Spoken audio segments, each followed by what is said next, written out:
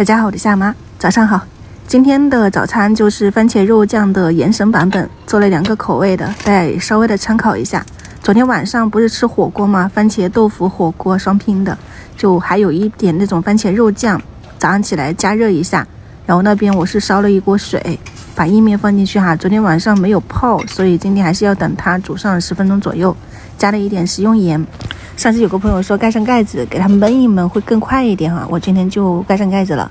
番茄肉酱是传统的这种炒制方法，如果做意面的话呢，它还是稍微的少了一点调料味道的。你就搅一点这种胡萝卜、芹菜碎，给它搅细哈，我还加了一点蒜末在里面的。炒香了以后的话呢，如果家里面有这种小番茄，你就放几个进去点缀一下，炒出来那个成品会很好看。然后再加上一点这种黄油，增加奶香味道。再把我们熬好的番茄肉酱放进去。炒肉酱的时候是有调咸度的，这里面我们只需要磨上一点黑胡椒粉，然后因为番茄很酸嘛，你可以加一点点白糖中和一下它的酸味，给它们搅拌均匀。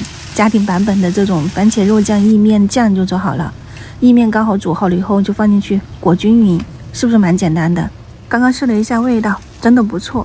如果是说你想要吃昨天晚上的那种番茄豆腐双拼火锅，早餐你就可以做一下这个意面。我还撒了一点自己磨的那个芹菜叶子，然后还剩下一点汤底，加上热水，放2个面饼或者是那种湿面条。